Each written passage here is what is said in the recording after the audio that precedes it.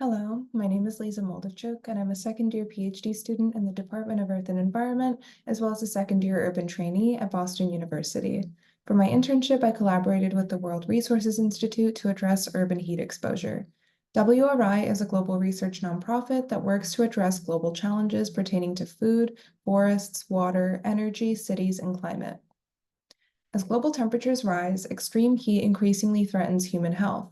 These impacts are especially magnified in urban areas where built surfaces such as roads and dark rooftops absorb and emit more heat than natural surfaces, leading to urban heat islands. With the intensification of climate change and rapid growth of urban populations, extreme urban heat requires prioritized action and research to mitigate its harmful impacts. WRI, with support from Google, is working with cities and urban decision makers to improve the uptake of cool infrastructure solutions. The project data for cool cities aims to improve the accuracy, transferability, and overall performance of an intra-city air model for accurate heat exposure mapping in diverse urban settings. While the burden of heat on a human being depends on multiple variables, for now this work is only focusing on modeling air temperature. In my role on this project, I have three primary objectives. However, on the internship timeline, I mainly focused on objective one, which is evaluating the suitability of regional air temperature sensor networks and in situ air temperature sensors in Baltimore, Maryland, for integration into the air temperature model. I surveyed two networks, the Meteorological Assimilation Data Ingest System, or the MEDIS network, and the Baltimore Social Environmental Collaborative, or the BSEC network.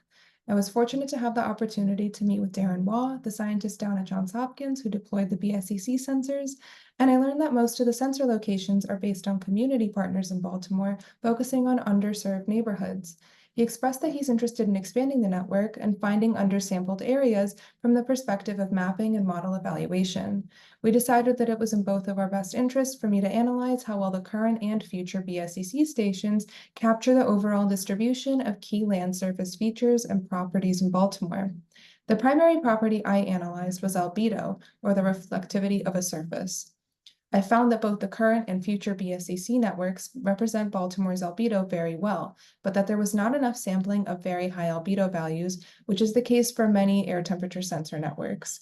This is significant because many urban cooling initiatives are focusing on introducing high albedo areas, such as white roofs. And so from a modeling perspective, it's difficult to predict cooling benefits without observational data to constrain higher albedo values. That pretty much wraps up the work I did for the internship, but I'm happy to say that my collaboration with WRI will be extending and I will now begin testing the air temperature model in Baltimore. I've really enjoyed doing this work and I'm very excited to continue on the project. One of my favorite experiences so far has been engaging with Darren, the BSCC scientist, and working together to find and address research gaps. I look forward to finding more opportunities for collaboration and engagement with stakeholders. That's all I have to share. Thank you so much for listening.